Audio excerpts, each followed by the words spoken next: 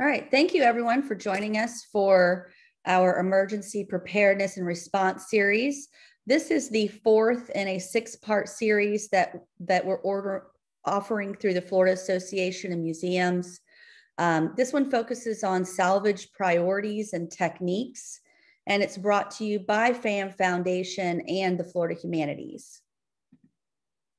I want to thank our sponsors, Florida Humanities, National Endowment for the Humanities, FEMA's Heritage Emergency National Task Force, the Conservation Center for Art and Historic Artifacts, the Florida Department of State, Division of Cultural Affairs, Visit Florida, Cure Collections Care, Florida Museum, and the Society of Florida Archivists. Funding for this program is provided by a grant from Florida Humanities with funds from the National Endowment for the Humanities.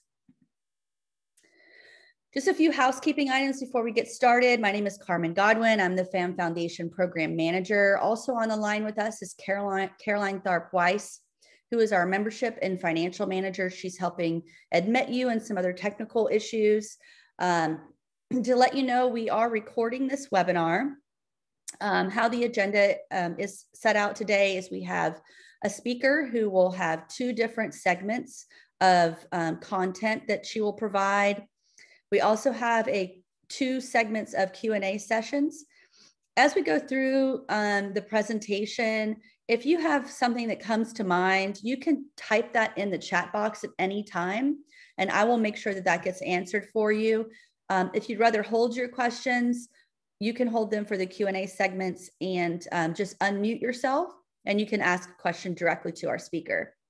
We also will have 1 breakout segment, and how that works is we have a guiding question related to this topic, and then we'll assign you to different breakout rooms, and you can talk about that topic with your colleagues, and then come back and let us know what you thought about that.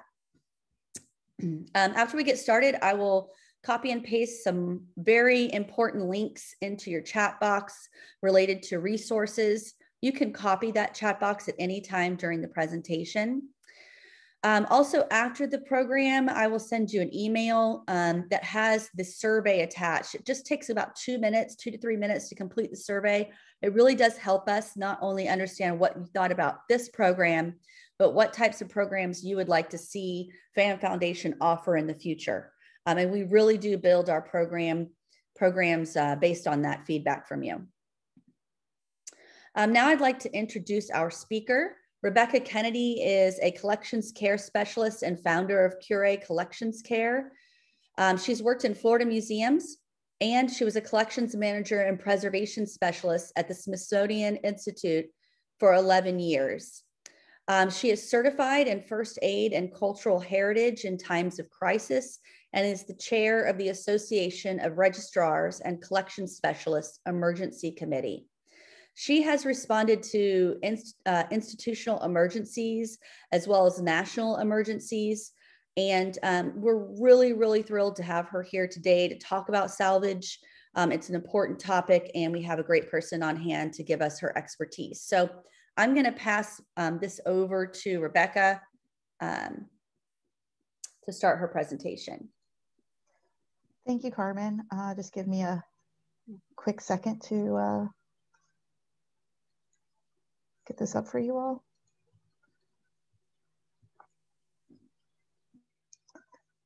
How does that, can you see the presentation? Yes, it looks great. Okay, great. Okay, so, well, first of all, welcome everyone. So today we're going to train on collection salvage techniques, including documentation, basic handling, and team building.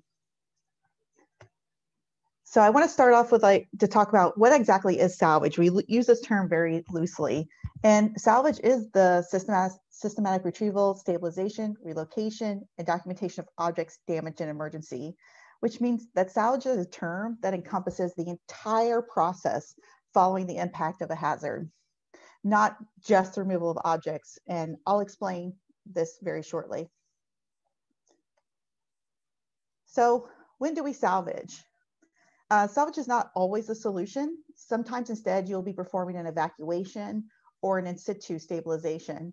Therefore, we only salvage when objects are damaged or there's a risk of further damage, and you have to have the sufficient resources to complete the task.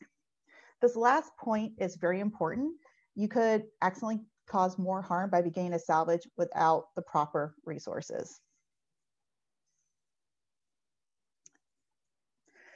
So a salvage encompasses all of these parts. However, often retrieval is assigned the term salvage. And often that term is used to exclusively include, not only to include the retrieval part and triage. So salvage has been used kind of interchangeably, but really, as I said, it's the whole process. So one other important element is movement of the collection. Often your different sections are not in the same physical location. So salvage also includes movement teams when needed. So this is just an outline. Let's go a little bit more detail into how this works. Your museum or historical site is represented by this icon, and it can suddenly be impacted by a hazard of any kind. And you immediately start asking yourself, what is happening with the collections? Do we need to set up for triage? What supplies do we need? And probably many other questions. These are great questions and are also answered using an initial damage assessment. This assessment is often pre-established form and helps to get a picture of what type of supplies or staff or space needed for a response and essentially answer your questions. And it can also help you set up your flow of how you're going to handle all those different sections that I mentioned in the previous slide. So again, here is your institution being impacted by a hazard and is now in an emergency state. You have finished your initial damage assessment and have sent in your documentation team to document the overall damage and set up documentation standards for the entire salvage. I'll go into detail about documentation in a moment, so bear with me. So after they're done documenting the initial damage, they send in the retrieval team. They begin slowly and meticulously gathering the objects, but the objects have to go somewhere.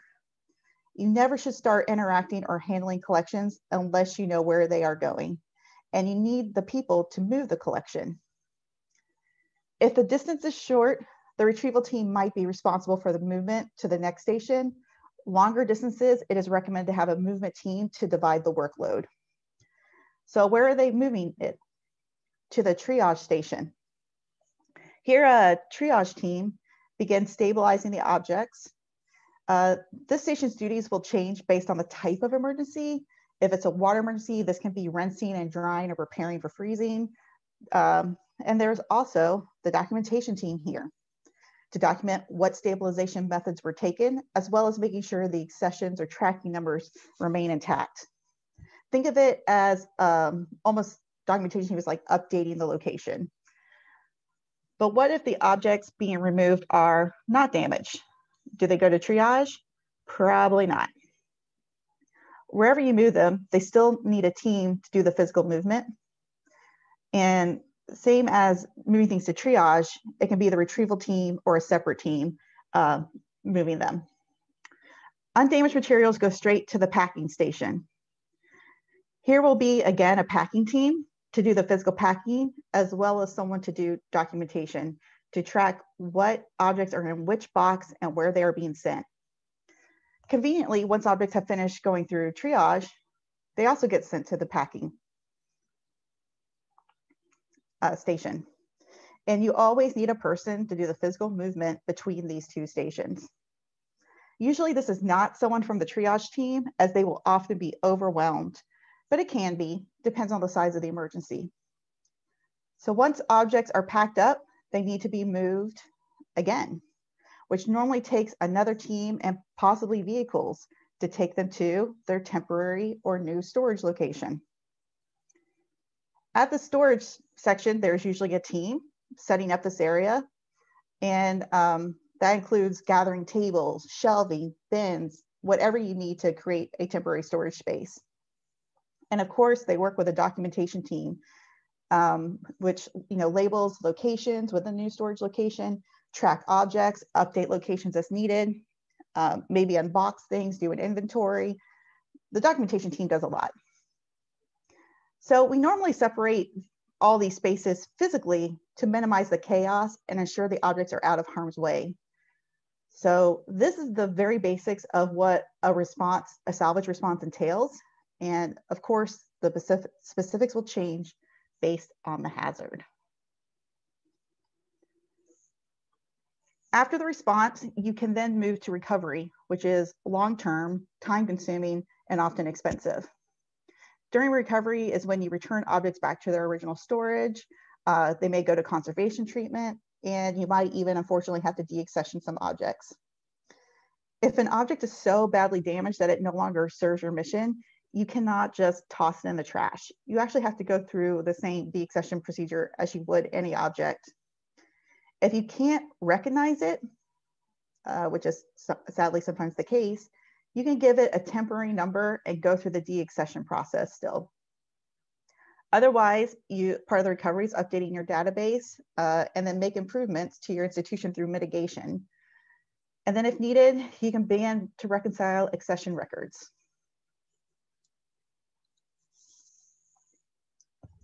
As you saw from the diagram, documentation is extremely important.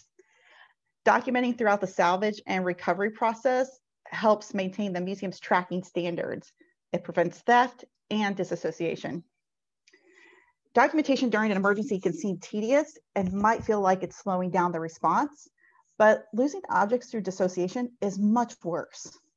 Now, I'm not going to leave you hanging. I'm actually going to show you how you would document during an emergency to make this process much easier. Depending on the status and condition of the collection, there are two ways to go for documentation. The first is you can use your catalog and accession numbers because they are easy to access. This means you use an inventory that's printed out from your database. The numbers are still there. They're still easy enough to read, and it's just a very quick checkoff method. However, there are times the numbers are lost during the emergency, either being washed off or fall off. In this case, it can take too long to use an inventory and try to match up the objects. So the first option is pretty self-explanatory. So I'm going to go deeper into the second option of establishing emergency documentation.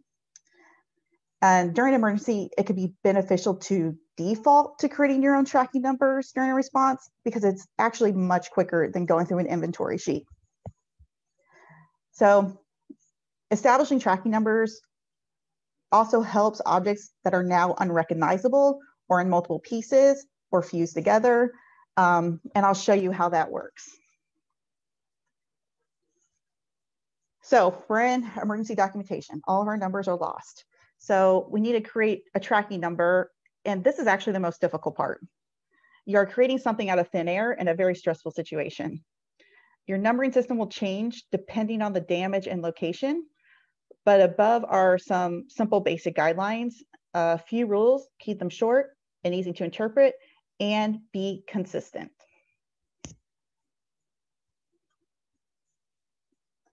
Tracking during an emergency is often done with an inventory sheet, which will gather important information.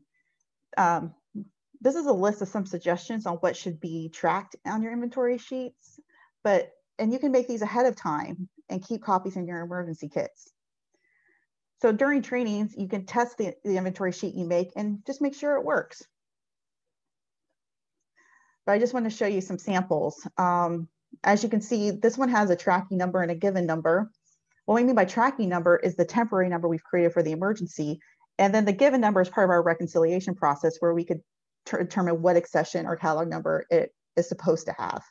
But otherwise, we track everything as much as possible, including its original location and its new location.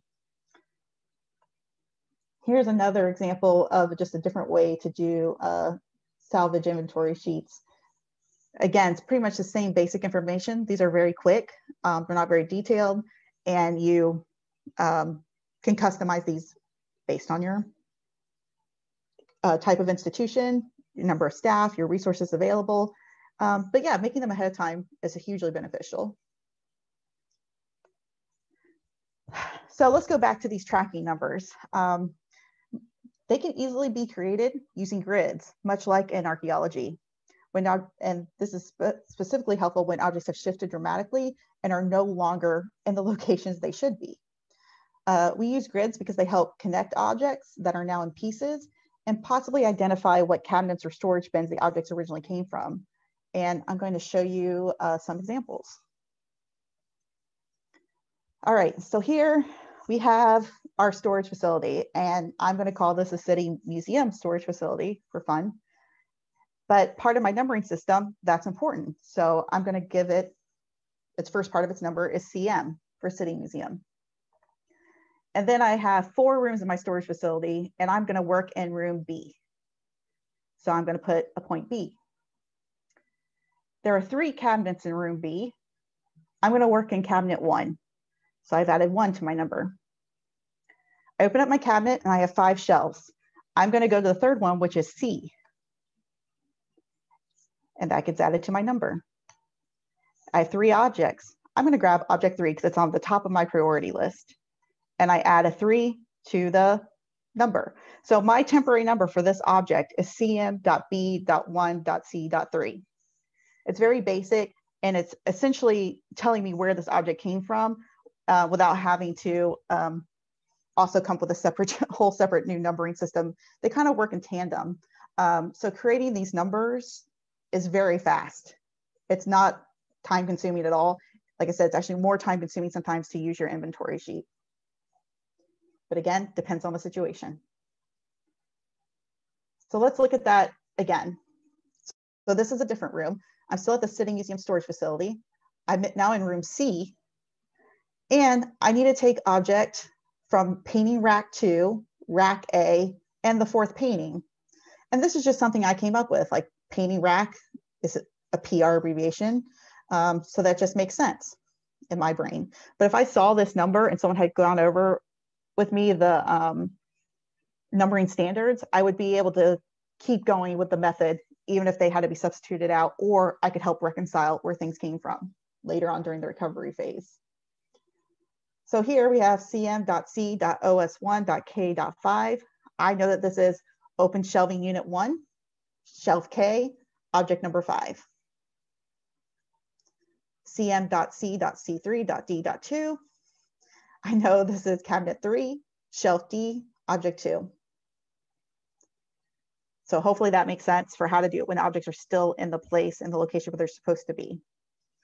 So this is how you use grids if objects have been strewn across the floor. So as you can see, I have named the grids A through E and 1 through 5. And here are my objects strewn about the ground. So a lot of the beginning information can stay the same. You know, city museum, what room you're in, what building you're in, you know, all that can stay the same at the beginning. But the end part of this is that this object becomes A1.1. It's in grid A1, and it's the first object I'm removing from that grid. B3.1 and grid B3, first object I'm pulling out. Same with this one, D5.1. But this one's also D5, so it becomes D5.2. This one is actually in 2 different grids, and the way we kind of categorize that is where is its bulk? Where is the majority of the object? Which grid is it in? So this one would come A5.1. And up top are some examples of how this would look. I'm at the City Museum, room A, and I pulled this from grid A1, and it's the first object I pulled out, so it's 0.1.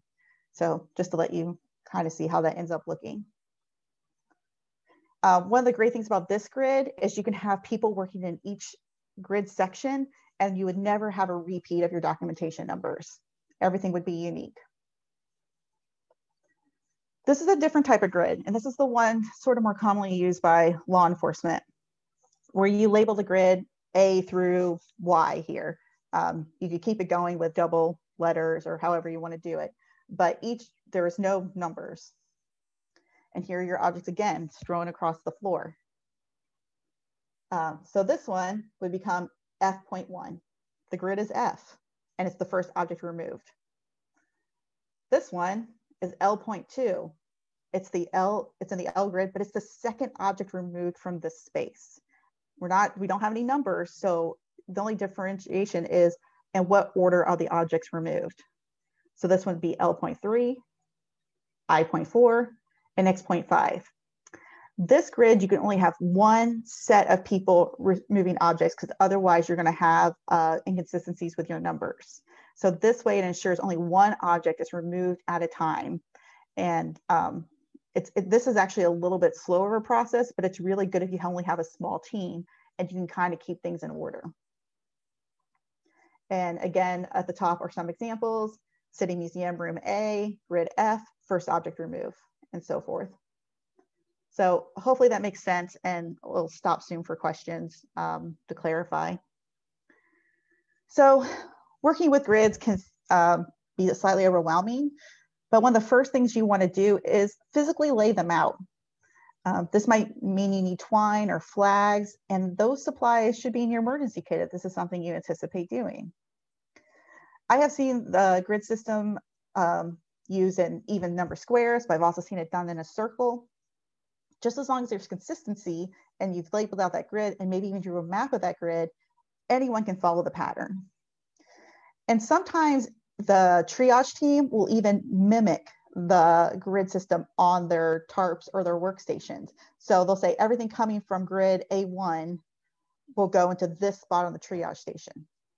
It's a really good idea if you're dealing with a lot of small pieces, but if you have a lot of large pieces, it doesn't really work that well.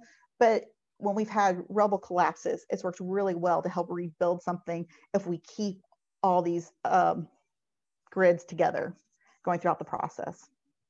But again, mimicking the grids at the triage station is not required. It's just an idea. So we talked about documentation, and I just want to quickly go into retrieval. The people working in retrieval often have a basic comfort in object handling, but primarily are just in good physical condition. Retrieval is incredibly exhausting, often requires excessive PPE, and it gets uncomfortable really quick. So retrieval will look different based on the size of the objects and their condition. But one thing you always have to think about is support. How are you going to support this object carefully by lifting it and carefully moving it to the triage station? So part of the retrieval team's workload is finding these supports that are rigid enough to support objects during their movement. The retrieval team is also one of the fastest moving teams. So it's okay for them to take regular breaks because again, it's exhausting, but these breaks allow the documentation team on site to catch up and the triage team to not get backlogged. So just to think that through, that's okay to take breaks. It's encouraged to take breaks for your health. But once the retrieval is completely done, it's okay to reassign them to other sections further down the line, such as packing or new storage. But really, you just need to get comfortable handling damaged things, and this can be accomplished through tabletop exercises. As I mentioned, the only skill set really needed for the retrieval team is handling. You probably need to focus on the supports and working with the documentation team to ensure everything is documented as you're removing it from the space. And just a general comment, working fast does not mean you've done the best job. Slow and steady wins the race when it comes to retrieval. This helps conserve energy as well as keep from overwhelming the salvage process. So triage, if the emergency is small and contained, triage can happen within the same space as the retrieval section. However, majority of the time, it is best to set up the triage station away from the damage in a stable environment and away from high traffic areas.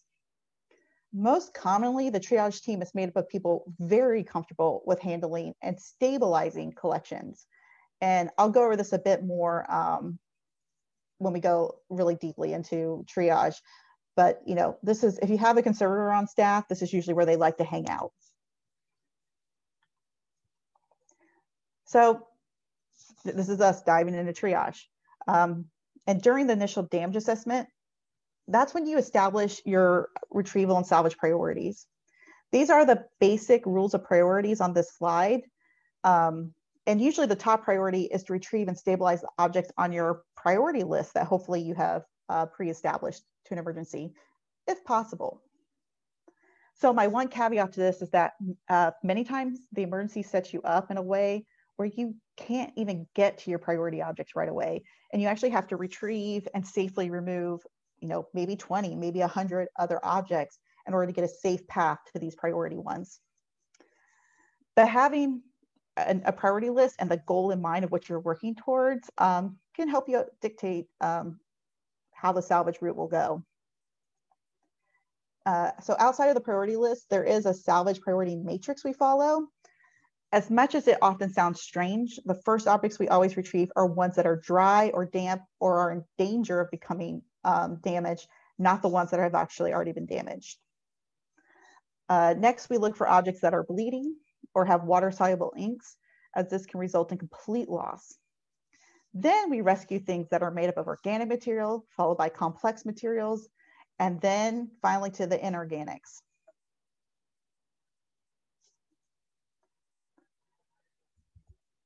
And further into triage, deciding to rinse an object will depend on what it is made of and its current level of wetness. And I'm going to go into materials one at a time after the Q&A, but this is just general notes on rinsing. So there's certain objects you never rinse, but most of them can be, especially if they've been exposed to black water, muddy water, or things like that. We try to always use distilled water if possible, because it prevents other chemicals from being added to the object, and which is resulting in things such as foxing. We rinse things a minimum of 3 times. It's easy to do. We set up 3 trays or 3 kiddie pools, and then using a support, move the objects from bath 1 to bath 2 to bath 3 to slowly remove more and more contamination. If objects are oversized and they cannot fit in any of the bath systems, you can lay them on clean tarps or plastic sheeting on the ground on a downward slope. A driveway works great for this. And then we hose them off to get them clean. The hose is obviously not distilled water, but it's better than the chemicals and the toxins and the dirty water from where the object was retrieved. So as I mentioned ink solubility earlier, so I wanted to go over in more depth to ensure everyone is on the same level. Soluble ink is essentially ink that runs or bleeds in water. It is common for a document to have multiple types of inks, and some might be soluble and some not. If you're unsure if something is soluble, you can do an ink solubility test. We run the test by taking a little tiny corner of a cotton swab, getting it wet with distilled water, and dabbing it in a very inconspicuous part of the ink where no loss would be noticed. And then we look to see if the ink has transferred onto the cotton tip. If not, then the ink is insoluble. If there is transfer, it is soluble. You would have to test every different type of ink on a piece of paper to know which ones are soluble and insoluble. Don't assume just because one is, the others are too. And usually a visual inspection will let you know if they're different inks. So just general drying. Almost all objects recover better if exposed to slow, gentle drying. Even if the HVAC system is not working, just having fans doing gentle circulation or having windows open to get some fresh air in can drastically reduce mold growth and facilitate drying. Never have fans or high airflow directly on any objects. Accelerated drying causes materials to crack and flake more readily than if given a slow dry, which is why we encourage it. Triage space becomes a commodity, which can require some creativity on drying methods. And I'm going to go more into this when I do material type. There are objects that are actually okay to be frozen to buy you time. You can freeze them in whatever state, either pre-rinse or post-rinse, but you actually have to have a plan with what to do when they come out of being frozen. And we'll go over, again, material by material of which ones can be frozen and which ones can't. But this is just some general rules for drying. I do want to talk about mold because you are in Florida. Mold growth is a huge concern. We often hear the rule that everything needs to be salvaged within 24 to 48 hours after the incident to prevent mold growth. This time frame is actually very drastically different depending on the type of emergency, what your resources are, and ultimately the outside weather. I usually don't tell people that rule very often because honestly, if it's really cold outside, you could have up to 7 days before mold growth. But if you're in Florida during the summer, your mold growth will actually begin within an hour.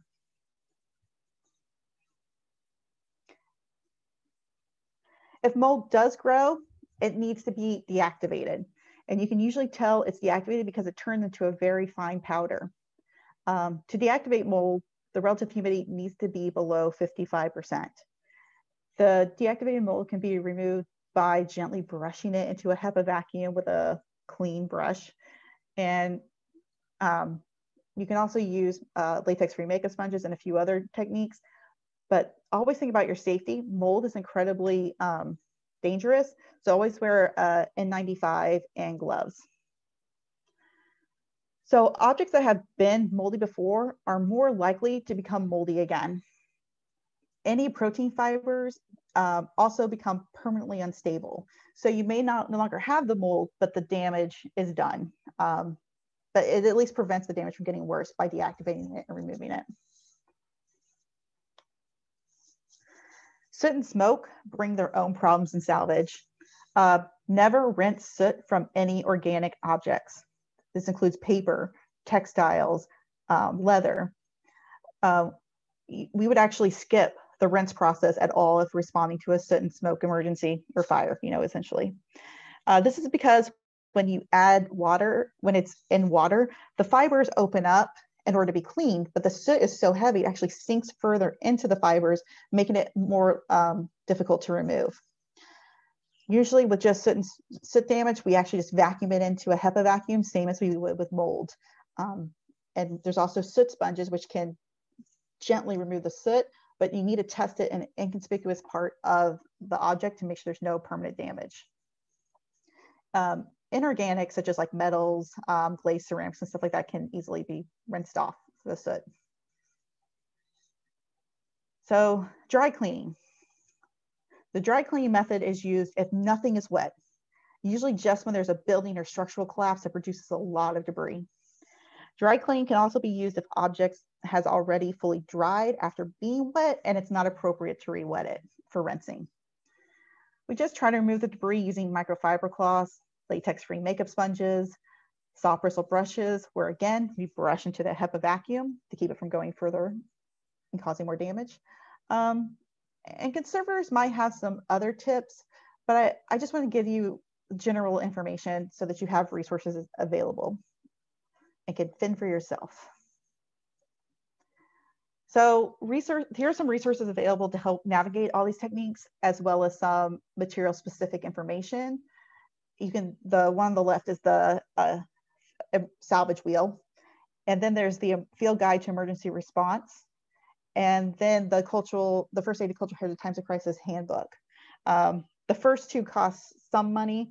The third one, the handbook, is free to download. All of these offers a different insight into salvage techniques and triage, so they're all worth a look. So packing. One of the other teams, of course, we've gone through triage, we're now into packing. The packing team is usually very bored at the beginning of a salvage, but become incredibly busy towards the end, which is why it's common to reassign people from retrieval to help the packing team later down the line. The packing team has to set up their site, gather packing supplies, work with the triage team to understand how to pack things to not undo the stabilization. They also work with the documentation team to track what goes in which box and its transport method. The packing team goes through a lot of supplies and need a lot of space. So it might be necessary to reuse packaging materials. So you would take it to the new storage facility, unpack something, and then bring the packaging material back to the packing section. Just might be an option. So yeah, the packing teams need to be creative with supplies. In these types of emergencies, it is okay to use materials that would never be used in a museum setting. This packaging supplies is intended to be temporary, which is just for the duration of moving the objects. And if the objects need to be moved from their packaging once it reached its new destination, a note can be attached to the outside of the packaging to let the people on the storage facility know. Look for materials that are reusable and very versatile, since it's hard to have the correct supplies for every single emergency on hand. So be creative with what you got. One of the materials used a lot in salvage is actually plastic wrap. Plastic wrap doubles as a tape-like material.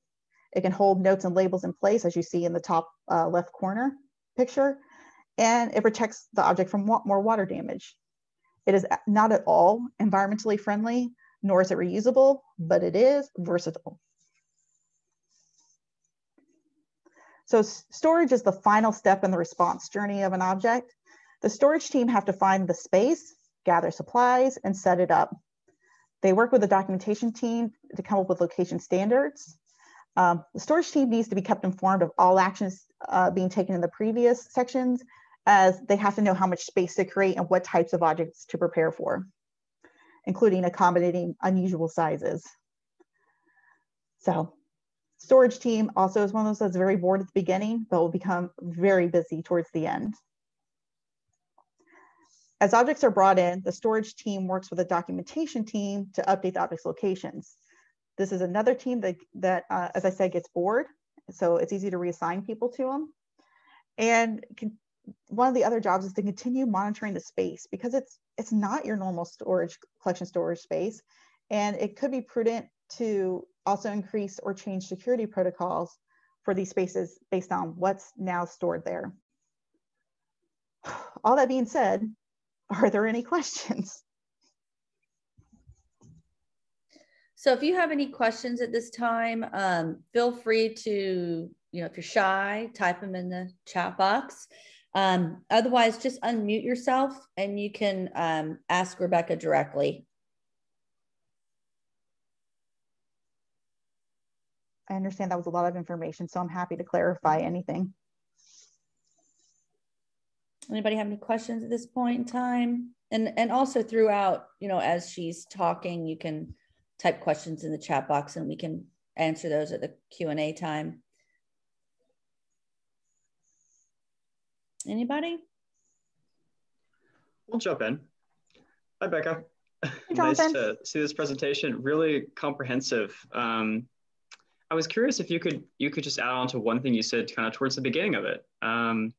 You mentioned knowing before you begin your salvage that you have the proper resources to conduct it being one of the really important things. And maybe this is something you're going to get into on the second half, but I was just curious if you could talk a bit about how you know if you're going to have the right resources for your salvage, before you have started salvaging things. Yeah, so that's normally when we turn towards our initial damage assessments. And there's lots of examples of initial damage assessments online.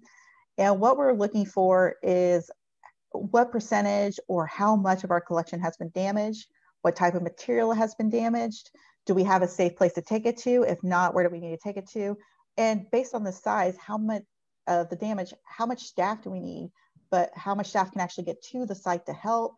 What we're essentially doing is taking an inventory of what we have versus what we need, and then coming up with plans to get to having everything we need.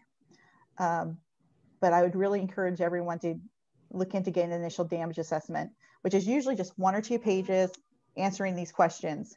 But it's also good to practice doing your initial damage assessment, because in a stressful situation, it's really hard to come up with this analysis. Not sure if that answers your question, Jonathan, but the best I can offer, I think. Yeah, thanks. I mean, it sounds like it's about taking that moment to breathe and assess before jumping in, that's like, and then you have your knowledge of what you need in your plan. Yeah, probably one of the worst things you can do is just run in and start grabbing things.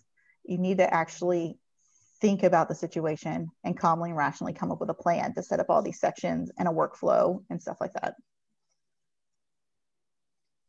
Hey, Rebecca, building on that, I had a question. The supports, you talk about supports. Are there basic things that you want? Because before we did a program on your emergency kit and kind of your supplies. Are there basic things for salvage that you want in there as well? Yes. So I believe one of the resources I put in the list is an emergency, let's see, did I put it in there? Something on emergency kits. I guess not. I can add it to the chat. But one of the things that we have is these supplies that, again, that are versatile and reusable. Like I use a lot of mesh porch screen because I find it works really well as a sieve to get water out of the way, but it can safely handle and support photos, or paper or textiles. And as you can see, they're actually using porch screen in this picture I have up there. But yeah, we always have like a basic cache of supplies that we would use for physical salvage. Your emergency kit should definitely include your health and safety equipment, but you also need stuff for documentation. You need stuff to do salvage. And ARCS just came out with a publication on developing emergency kits. So I'm going to find that and put it in the chat box for you, probably after the breakout discussion. But yeah, it explains all of that and tells you exactly what type of supplies you consider getting. But yeah, that should be in your emergency kit to get you started. You're never going to have enough to do an entire salvage, but it's enough to sort of get you started while someone else can go out and buy things. Right. Any other questions?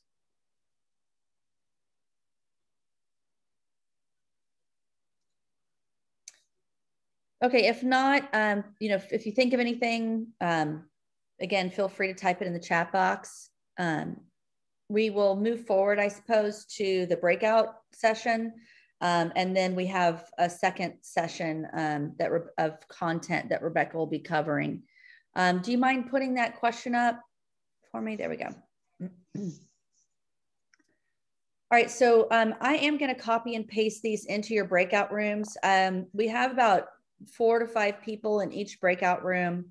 If you have your cameras available, go ahead and turn those on. If not, when you get in the room, just let people know that that you're just on audio. But with the breakout discussion, we're going to be asking, what are the first 3 things that you would prioritize for salvage based on financial value? And then consider the first 3 things based on cultural historic value. And then finally, the first 3 things based on institutional knowledge and value. Thank you so much for participating in that. I know it's not everybody's thing, but I think it does. You can really get some valuable information out of it. Again, welcome back from our breakout discussion. I'd like to just quickly have you guys wrap up what you talked about. So let me get back to who was assigned. So in room number 1, we had Carla, Mike, Shelby, Tina, Whitney assigned to that room. I know not everybody was in there, but can we get one of you to report back to us?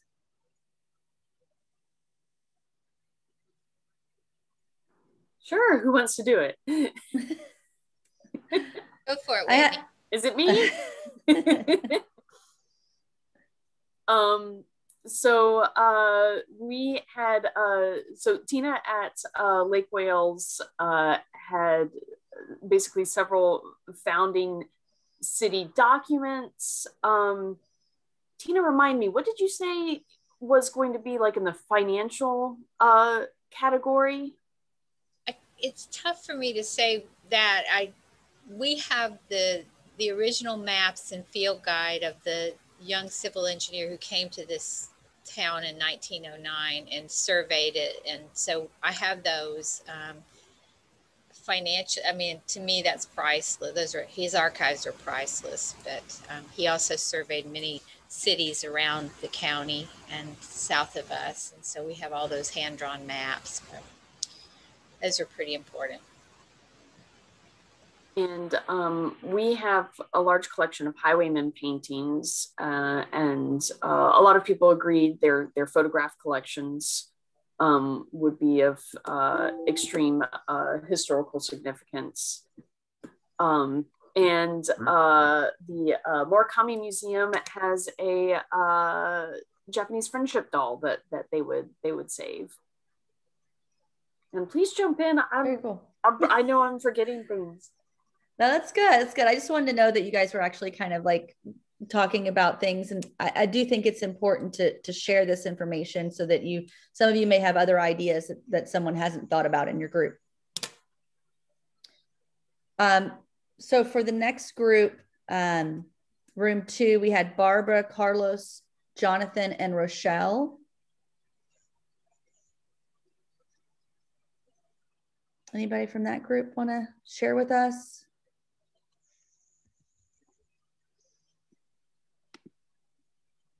Sorry. So for us, I just mentioned that we recently had a temporary exhibit. And so the artifacts that we got on loan were a series of Clyde Butcher paintings that were very expensive. So if something were to happen, that would be the first thing that we would go for at the IMAG. Gotcha. Hi, everybody. I shared, can you hear me? Yes. I shared a couple of my past objects because currently I'm in a position where I don't have access to the special collections, but at the Wilsonian, they have a Braille Mein Kampf multi-volume set, period original. So culturally, obviously crazy in one way and expensive in another way and valuable. So that was kind of covered those things. And the special collections at the University of Miami, there's an illuminated manuscript from the Rouen, France region, period Renaissance and gilting and everything else that I still don't know how much it costs because the director wouldn't tell me when he bought it. But that would be the thing, the treasure that would be, you know, financially, obviously. And there's provenance there too that's important as well. So those were the kind of the two items that stuck with me. Okay, thank you. You're welcome. For sharing. You guys are making me want to come see your stuff. Come to Miami, it's 86 degrees. Yeah. And then in room 3, we had Brent, Cody, and Meg. Does anyone from that room want to share? Brent, Cody, or Meg? What I'll share is sort of an interesting one along the lines of prioritizing loans, both for a financial and a cultural value, and even a little bit of institutional value, is actually a period boxcar that has been lent to us by a emeritus board member. It's on a long-term loan. So it is a period it is a period boxcar that is used extensively with dealing with the public, school programs, university programs, and that was one that sort of went broadly across these subjects. Then we also had a little bit of discussion of if I could, when it came to things, we were like, well, it says things, not necessarily objects or collections. So we were like, well, if I could do a whole collection, we talked specifically about some unique artifacts associated with Native American tribes, as well as like my oral history collection and materials related to like the roots of ranching in the Southwest Florida region. And then we kept talking and we didn't get fully to the institutional knowledge one. Okay, I kind of figured that might happen. Thank you, Cody. Anybody else from any of the groups want to share?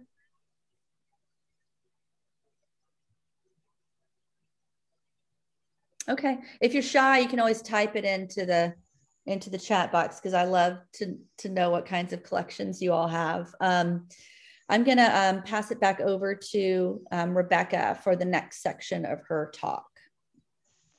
Thank you. You might have seen in the resources that Carmen posted in the chat box at the beginning. One of the things I did put in there was establishing a priority list.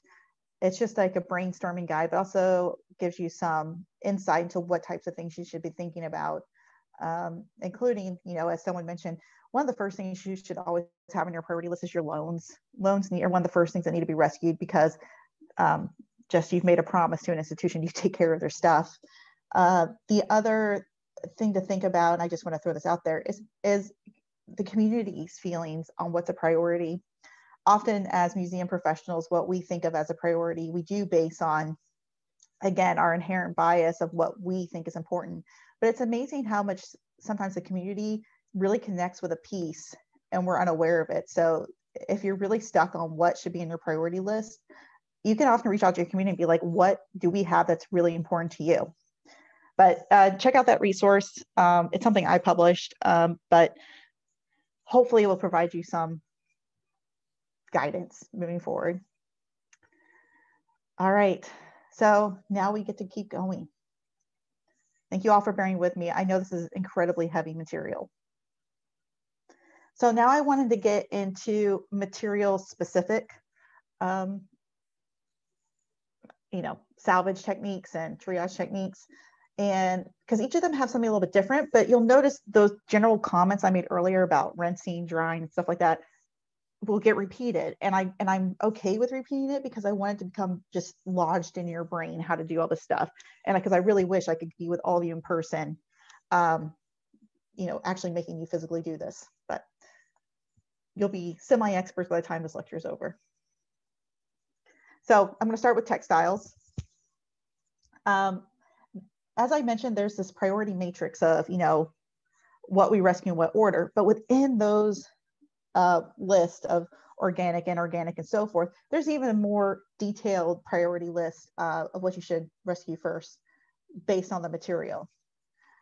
So for salvaging, again, we're always going to look for undamaged material. We're going to look for anything that's fragile, anything that's really weakly structured, just from age or other forms of deterioration. And with textiles, we actually want to look at something that's like a composite construction. That means it has feathers, it has sequins, it has beads. Anything like that becomes, what you have is two different mediums competing against each other in the water. So rescuing those is very important and one of the top priorities. And then you have your bleeding dyes. We talked about solubility. And finally, anything that contains more of these baleen, bone, iron components, anything that's just an extra element to a textile. You always want to use two hands when you remove textiles from the water.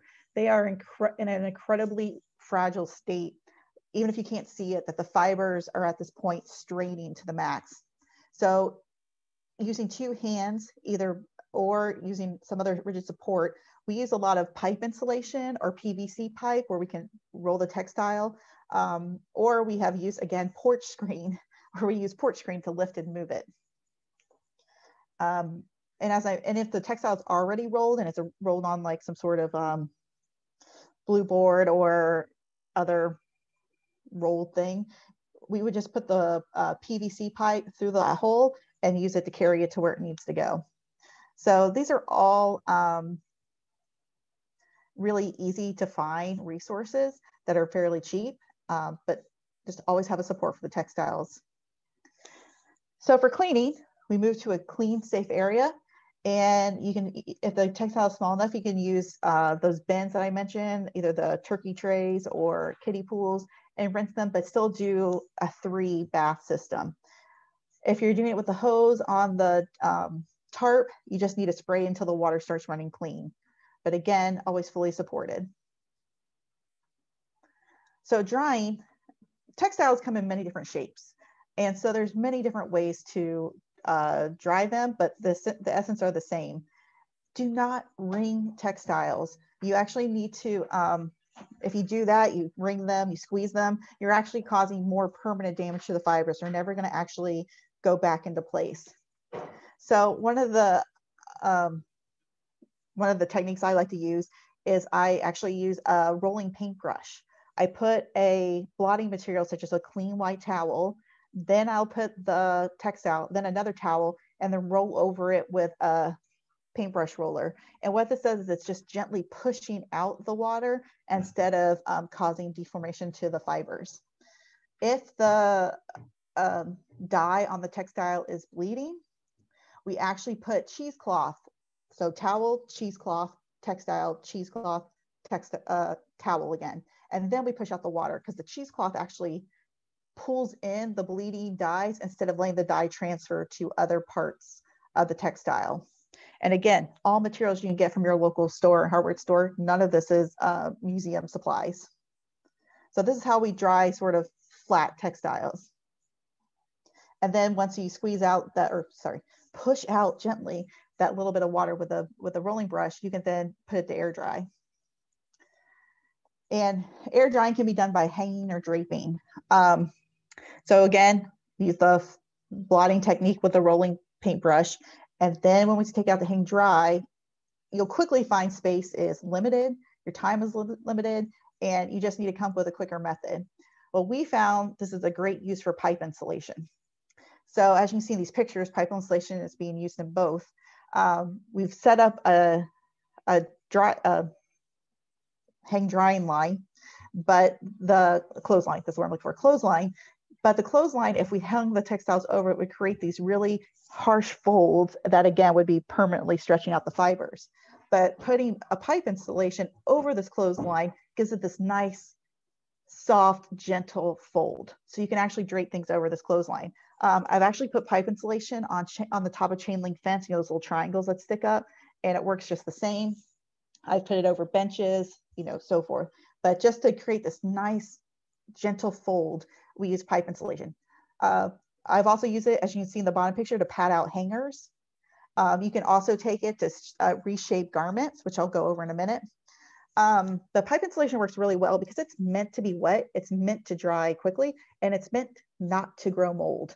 So once I'm done with a piece of pipe insulation, I throw it in the sun, let it dry, and then I go use it on something else. It's a very reusable, handy, cheap material. So as I mentioned, 3D textiles, which I'm kind of considering clothing a little bit in this, we want to reshape it. The best you can get it to be reshaped, the better off it will be. So here we are using pipe insulation to reshape a basket. And pipe insulation can be cut down to whatever size you need it to be. It easily rolls up, it easily folds, and you can pretty much get anything to any shape. If you're using an absorption material such as a towel or tissue paper, you would actually have to change that out constantly because of risk of mold. But pipe insulation, since it doesn't mold and it dries really easily on its own because it's a close cellulose foam, you can just leave it in there and walk away. So it actually saves you some time. I have no stock in pipe insulation. I just find it to be a very helpful tool to use, and I always have it on hand. If you don't want to use pipe insulation, you're not quite getting the shape you want, we then go to nylon net, such as tulle, or again, the mesh porch screen to do the shaping, because again, those aren't likely to grow mold and to create a nice airflow.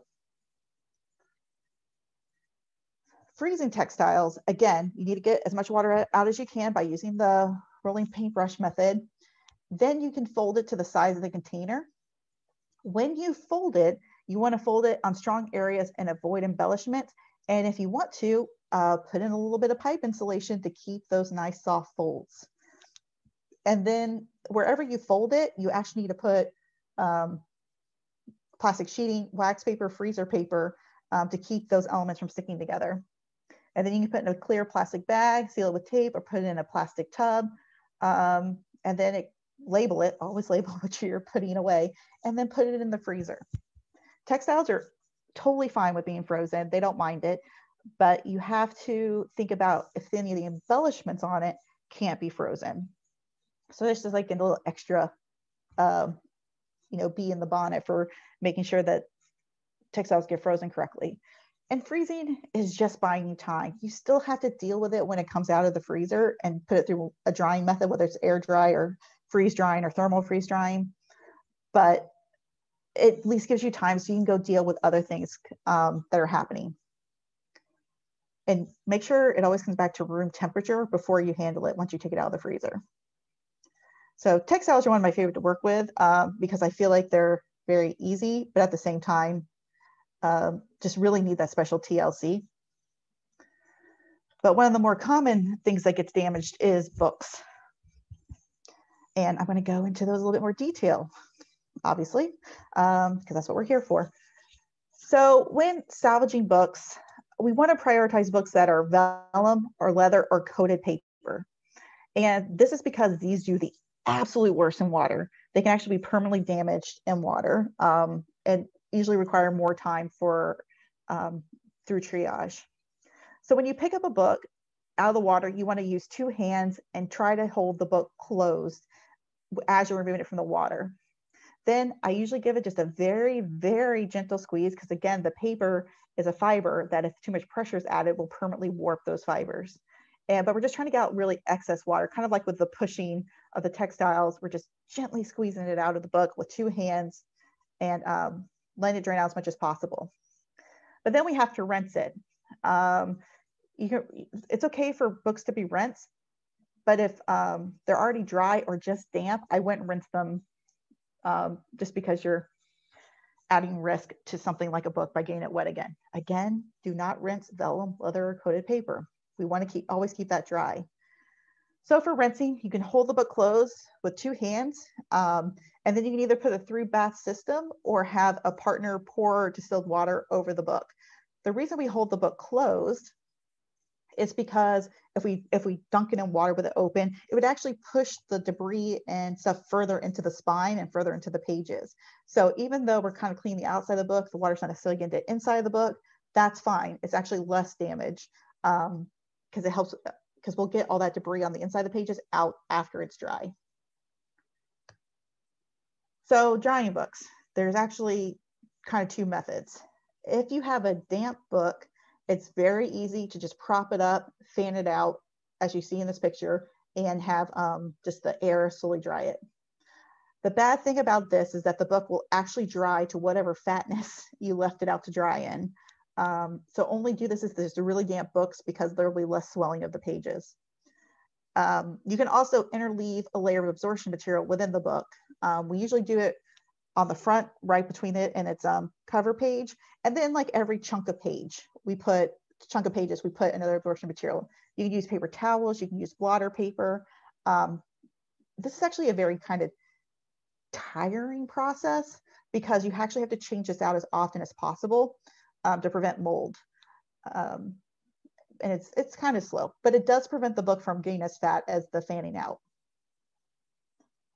So if the book's really wet, you want to do the interleaving method, but instead of using an absorption material, you can use mylar or wax paper to prevent bleeding between the pages. And then you can put the interleaving absorption material throughout the text. Again, it's exhausting, and you're gonna have to change them out a lot. So if you have tons of books that you're trying to save, you might want to look into freezing, which we'll go over next. But books that have soaking wet are also really heavy, and there's a lot of strain on the spine and the text blocks. So you actually want to kind of give them support and prop them up on each side. It can be another book, but you need to put a divider in between it so that the color doesn't transfer. But otherwise, this is a very slow method. So freezing books is usually the best, especially if you have onion skin paper and then handle books a little bit at a time. So just wrap them in freezer paper that you can get from the supermarket, but then make sure you tape them using freezer rated tape, like outdoor painter's tape or something, to seal it off. Other tape will just come loose in the freezer, causing freezer burn. And then you place them in a box, spine down, and send to a freezer.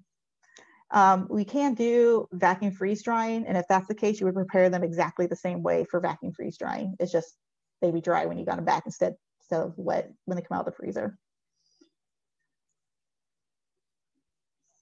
Another big question is usually documents. We all have those diplomas, you know, family documents, birth certificates, marriage certificates that are very important and part of a nice archive collection. So I'm going to go into documents a little bit, but really I'm talking about anything made of paper. So again, with paper, we want to prioritize bleeding inks or soluble inks. Take out the damp or mostly dry material first, and anything that's become dissociated. So what I mean by that is you have a chunk of papers. These are all part of one archive, but now they're just scattered across. They're more likely to become more scattered as people move in and out of the space. So gathering stuff that you know goes together first will prevent dissociation. And then paper is so weak in water. I never pick it up with my hands. This is usually a great time to get that porch screen or tool or something like that and make like a little scoop with your mesh screen, put it underneath the paper, and then lift it up and only handle it by the porch screen. And this includes as it goes through its bath system. I'll keep it on that screen, let the dirty water drain out. Then I'll walk to the first bath, keep it on the screen, put it in there, lift it up with the screen, move to the second bath, lift up with the screen, and move to the third bath. And then using the screen, get it into a drying position. So always keep it supported. It's so fragile. But as I mentioned earlier, don't rinse objects that are bleeding or damp or mostly dry. Rinsing something that's already bleeding is just going to cause you to lose more ink. And if they're already damp or mostly dry, they're probably not as contaminated anymore. But at the same time, you could always clean them down the road during conservation treatment. And a triage is not the space for conservation treatment. So what if these documents are framed? It's a slightly different issue. The prioritization of salvaging them is exactly the same. But now we have the frames, and you have to kind of decide if the frames are historically relevant or if they can be trashed. But if there's any labels or markings on the frames, that could be worth keeping, or at least documenting and somehow keeping that association. And as I said, if the frame is part of the object, you're going to have to save that as well. And we'll go over that a little bit later. So you want to lift it by the side of the frame, and you might need a partner if it's really big. And I kind of turn it to where one of the corners is facing downwards and let as much water as possible run out of the frame before I move it into my clean triage space. And then it's time to clean it. You open the back, remove all the wet matting and excess material, retain all the labels, and then you can rinse it. If you can get it out safely, you can rinse it. If the document is actually stuck to the glass, you can actually put the glass and the document into one of the baths and let it sit for a while. Usually it's a very low success rate, but sometimes we can actually get the object to detach from the glass. And this is because the fibers of the document are gently moving, expanding, retracting in the water, but the glass doesn't. So if it's really stuck to the glass, it's not going to come off. But if it's only partially stuck to the glass, it's okay to do this, and it prevents you from trying to rip it off the glass or get unstuck from the glass, and you're actually going to cause the paper to rip. However, if it's fully dry and it's stuck to the glass, do not attempt to remove it. One of the best things you can do is scan it through the glass and try to save that history to share it, but you can also take it to a conservator. So drying documents, you could use the squelcher sucking dry, where you put it into a bag and sort of suck it out. But of course, the object is stabilized in the bag, so you're not squelching it completely dry. Or you can make what I call a sandwich. And what this is a sandwich is like what you've seen on this picture. We usually put blotter or some absorption paper. Then you put the document. Then you can put more blotter paper, then another document, more blotter paper, then a document, more blotter paper, then a document. And you can make this sandwich as tall as you want. And if we really want the documents to come out fairly flat, you put like a really hard substrate, such as like plexiglass, on top of this pile with a little weight. And that helps disperse the weight evenly across all these documents to make sure they're nice and flat. This is, again, is like a very exhausting process because you're gonna have to change this blotter fairly regularly to prevent mold growth. But blotter is something you can, again, throw in the sun, let dry, and reuse it again. So it is nice for that. You just gotta have a nice stack of it. Documents are totally okay being frozen. You just need to go through and separate out anything coated, any vellum, any leather documents, because those should not be frozen. And then you wrap them up in freezer paper. You can do them in a big chunk if they're stuck together. And then you can, just leave them in the freezer until you're ready to handle them individually, or send them out for vacuum freeze drying or thermal freeze drying. Photographs. Photographs are the #1 thing people try to salvage, not just at museums and historical sites, but also people's homes when you're working with survivors from disasters. Photographs just are, they tell a story. And so losing them is often one of the biggest threats to institutions. Depends on your collection, but it's a high priority for many. So what we're looking for with photographs is we want to rescue first the older ones that are made out of, that have that like paper backing, they're metal or they're glass photographs or glass plate negatives. Second priority is actually computer printed ones because they're very soluble. Any photographs printed on an inkjet printer are going to bleed. And these are same as paper. They're very fragile. Those, whatever fibers are in a photograph, even though it's mostly plastic, they're so easy to tear. And we've all seen that where we've picked up a photo that's been wet and it's just sort of fallen apart. And then, unframe it. You want to get it away from its frame, unless it's a historical frame, and that's a whole different issue. Still separate them and let it dry separately. Photographs made pretty much from the, 1950s forward were made in liquid. Like they were developed in a liquid. So they're actually okay with being rinsed. And they need to go through the 3-bath system on a support like porch screen. And we allow water to drain off, and then we take them to drying. If it's an older photograph, like I said, it's on glass or, daguerreotype, anything like that, we don't rinse them. Just getting them dry is going to be top priority. They were not made in water. They're not going to be okay in water. They're just going to fall apart more.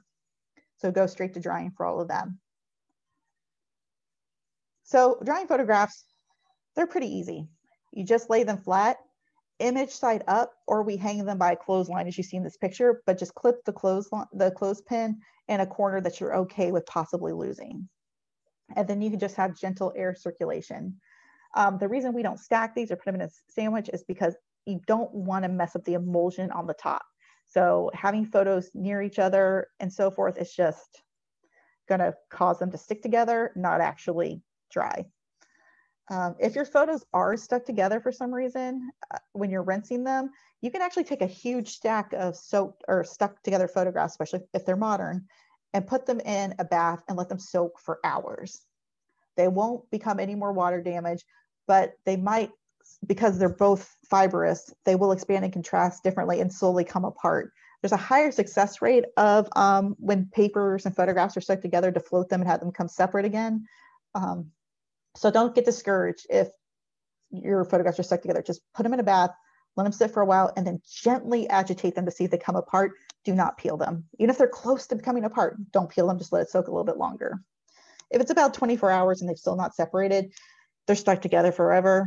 You can take them to a conservator or just certainly hope you scan them. And this again is, the photographs will never be the same as new, but they'll be saved. Electronic media. This, of course, is becoming more and more of an issue as electronic media becomes part of our collections. We're looking for, again, this is the one exception where with electronic media, you want to rescue things that are wet first before dry, and anything color electronic media before black and white media, old before new, broken before complete, and ones that are at risk of becoming dissociated. And that again is the labels are falling off and you're not going to know what it is anymore. And the reason because of this, because older media is not stable in water. It's not. Newer media is just fine in water. Like, it's slides, records, they're okay in the water. It's the drying process where they can become damaged. So that's why we go through older things first. And you want to handle them as little as possible because the actual biggest damage that can come to electronic media is people scratching it or mishandling it, which does often occur in the drying process. So I'll tell you how to do that in a minute. Electronic media can be rinsed. If it was made in water, it's totally fine with it. If it's already dry or it's, close to being dry, you could probably forgo the rinsing, but it's okay to do it. You want to keep it inside of its case. So what I mean by that is the reel inside of the VHS plastic sleeve or the reel inside of the cassette. You don't actually want to, you want to remove the reel sleeve, the paper sleeves, and dry those like paper if you need to keep them. So drying electronic media, you pretty much just want to lay it flat. As long as records are on a flat surface, you can see here that the reel has been taken out outside of the disc, and that's fine because it's one thing. Unreeling a cassette or unreeling a VHS is a whole other problem, so don't do that. But just laying them flat or hanging them flat to dry, that's really all you need to do. keep things from being lost, losing their labels, especially if you have a lot of digital media. And all those things that are still in their cassettes inside their VHS casing, you really should take to a digital recovery vendor, because they're actually gonna have to unspool the whole thing to get it clean. And just nobody has space for that naturally in their institution. Organics. By organics, I mean woods, paper, anything like that. More of a 3D element because we've already gone over paper, but pretty much anything that's made of organic material is what we're going to be talking about here. So organics, you really want to get anything first that's a painted design. Anything with veneers, and any sort of furniture with drawers or extra element pieces. And that's just because they are more difficult to salvage and require a lot of space. But the painting designs and the veneers could actually come off if they're left too long in the water. Since most 3D organic materials are large, like furniture, you need to find a place to move them away from the source of the moisture if possible, but do not put them in the direct sunlight. We need slow and smooth drying on these. If it's really large, we put them up on non-absorbent blocks, such as, I don't know, anything you can find that's like a little square thing that elevates it off the ground, because we want to just give a chance for everything to dry. And if it's weakened, you might need to use support to lift it out of the water. And this is when things are just really falling apart because it's just been in there for such a long time. And you only want to rinse it if it's fully wet and dirty. If it's dry or just damp, don't rinse it. And we just blot away moisture with a soft, absorbent cloth, but blot, do not wipe. Wiping will scratch the veneer, scratch the painting, scratch the surface. Just do a nice, gentle blotting. And if it's a piece of furniture, you may actually have to remove the upholstery and treat it like a textile. But that may not always be the case, and so I'll give you some ideas for that as well. So drying organics, especially furniture, you really just need to increase the airflow, but not keep in the sun. Wood and other organic materials will actually crack and flake if they dry too quickly. So if you slow dry a piece of furniture, it actually is less likely to get any cracks. You need to get the humidity below 55%. For baskets and other soft materials, definitely shape before drying using the techniques I talked about in the textile section. But for furniture, you just want to open the drawers and any cabinet doors or something like that to make sure it keeps its shape. Removing the drawers fully will actually cause the furniture to warp more. So just open the drawers to allow circulation, but to help retain shape. And that way you can close them again. We don't normally freeze organics like this, 3D organics, because it's just not really necessary. And freezing them actually does not benefit them, but it could actually cause them to warp and break with the extreme temperatures of freezing. So it's better just to give these a slow air dry. Inorganics are things such as metal, glazed ceramics, and other fun things. So really what we're looking for to rescue first, a priority, is iron alloys, just because they can rust and transfer coloring so easily. But otherwise, inorganics are actually pretty okay in water. Not going to be a lot of damage to them. Again, most of the damaging is mishandling, which is why we always use two hands. If it's a complex object with a bunch of different metals or a bunch of different other materials, we want to separate them as much as possible without dissociation. And be careful if there are any old repairs, such as a ceramic has been glued back together, because if that repair is water soluble, it will start falling apart in the water. For cleaning, again, we just rinse it in the 3-bath system. Even if it's already dry, these are totally okay being re-wetted and rinsed. And continue to use 2 hands. And if it's really oversized, pour out as much of the water as possible before sending on to drying. So drying inorganics is easy. And these are the one thing that wants to be dried as quickly as possible.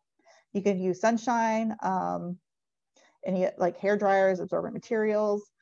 For metals, it's fairly easy, but do not use the heat for glass or ceramics, but they can still be dried in the sun. Again, isolate any metal components that might cause rusting or discoloration to the object. And one of the big things is just to rotate the object regularly while it's drying to prevent pooling of or water stains. Leather and skins is, I mean, we often think of them as textiles, but they have such different needs. I put them as a separate slide. So we're dealing pretty much with, you know, parchment, rawhide, vellum, tyne, and tan leathers. And they all just, depending on their treatment, is how they can, you know, be cared for during an emergency. But most leather is actually very sensitive to water. And you could tell which ones are going to fall apart in water because they feel almost greasy and slimy. Really stable leathers, like you see, you know, cowboys wearing or something, it's meant to be in the rain. Those will just feel wet. They won't feel slimy at all. So I'll go into this a bit more. So we want to first look for on tan leathers, parchment, and vellum, because those are the ones I'm talking about that will become kind of slimy. So rescue them as soon as possible is great because we can start drying them sooner, so there's not a lot of loss. And it's just like a textile. It can be completely warped if handled incorrectly. So always use a support when moving it. And if the tan leather feels strong enough, depending on how long it's been soaking in the water, it can withstand removing the dirt and debris by sponging the surface slightly or using clean water as a rinse. And tan leather is normally what you see people wearing out in the elements.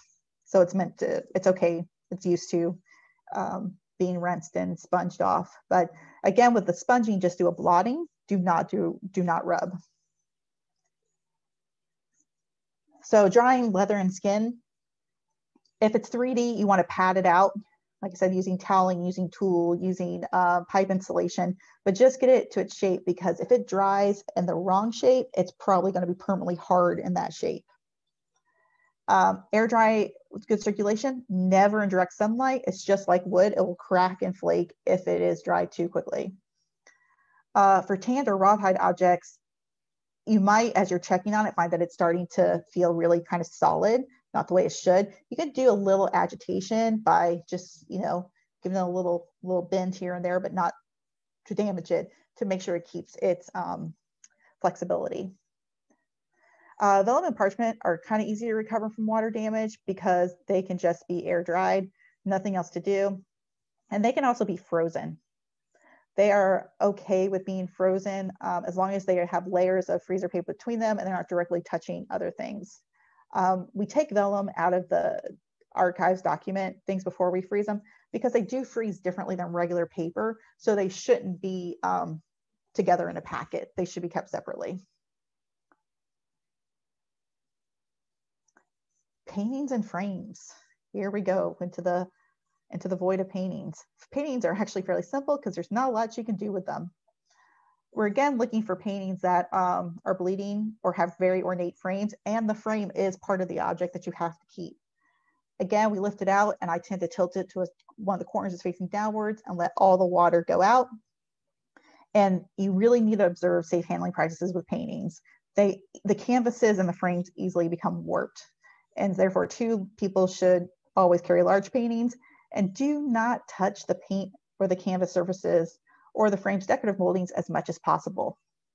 And as for cleaning, not a lot you can do. We don't rinse them. We don't really do anything with them. We just take them straight to drying. So if the painting is really soaked, you can blot the painting surface gently to remove excess liquid. Do not rub.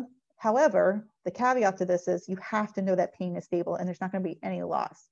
If you're not sure and you're unsure, blot the back of the canvas and absorb moisture through the back.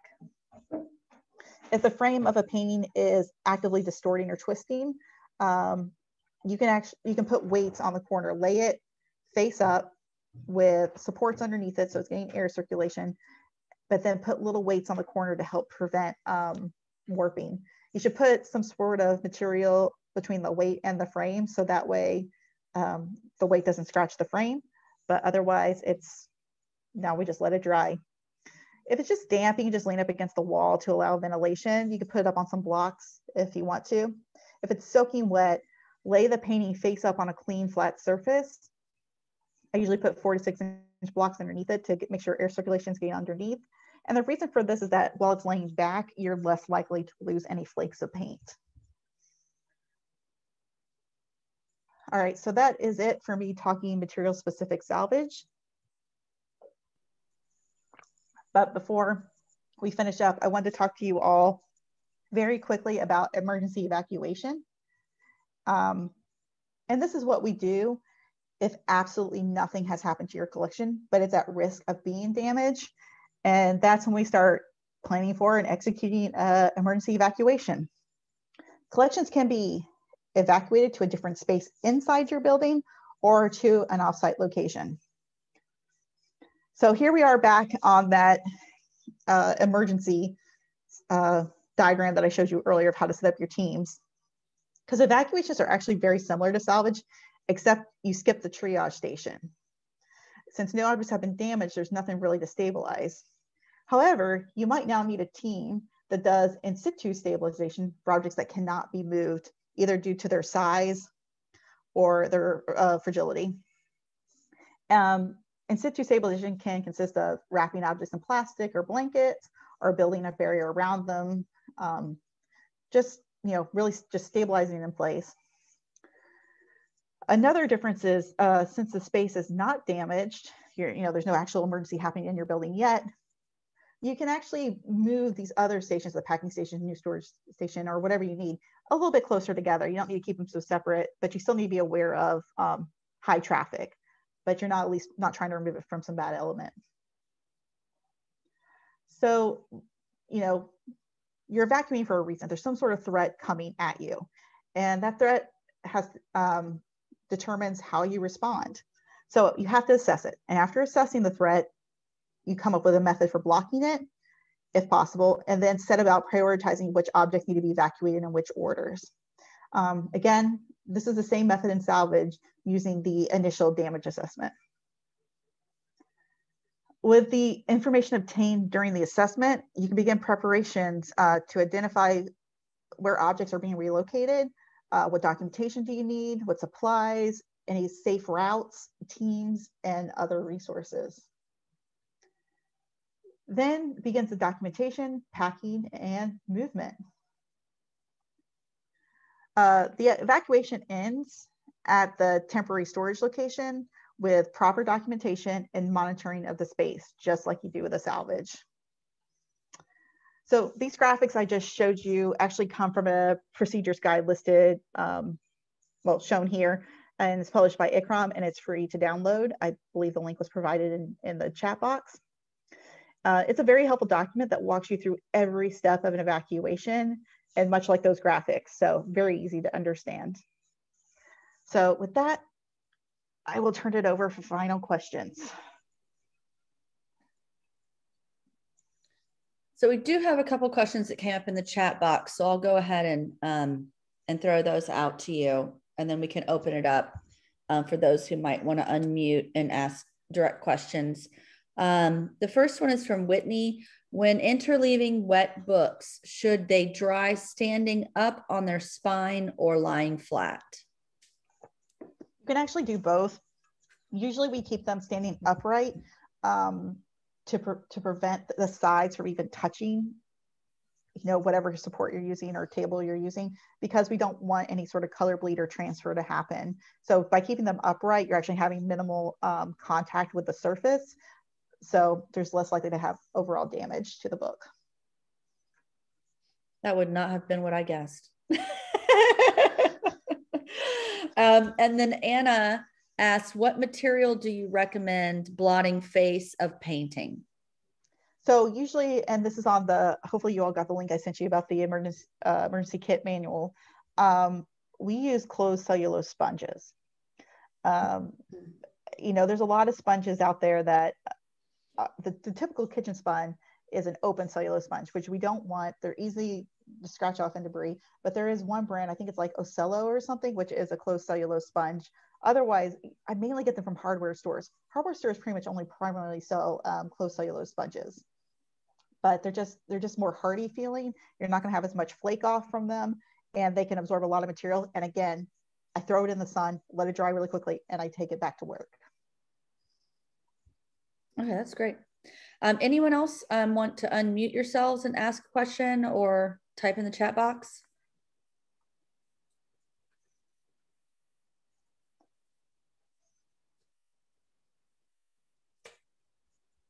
And that was a lot of information. Thank you all for bearing with me. I'm sure there are a lot of questions. Well, I am going to just quickly, I'll let you guys think on that. Just want to quickly share something with you.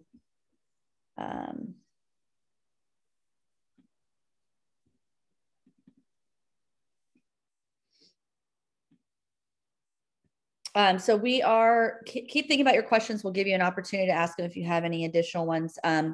We will be sending an email out to you that has all the resources in it. And also a survey, a short survey, take you 2 to 3 minutes to complete. Just let us know what you thought about this program, as well as other programs you'd like FAM Foundation to focus on in the future. If you want to keep updated on what programs we have going on, you can visit our website at flamuseums.org, or Twitter or Facebook. Our handle is FLA Museums. Also on Facebook, we have a closed group that you're welcome to join, where you can ask questions directly to your colleagues and share information. The next 2 programs that we have that are part of this series are emergency response tabletop exercises. And these are actually scenarios that we will have you kind of go through and play out with a team. Now, you are welcome to bring your museum, other members from your museum, whether it be, or your institution, whether it be board members or staff or people who you have in sort of those main roles that you'd like highlighted. And we can put you all in a room together to kind of play out those scenarios. But if you also have, just want to come individually as an individual of your organization, we can pair you up with other like organizations, and you can kind of talk through some of these scenarios with them. So either way, you're welcome to come. And then in April and May, we have a series that we're working on for diversity, equity, inclusion, and accessibility. So we hope that you'll join us for those. Again, any other sharing or questions anyone has? We have one more. Hold on a second. Yes, we are recording this.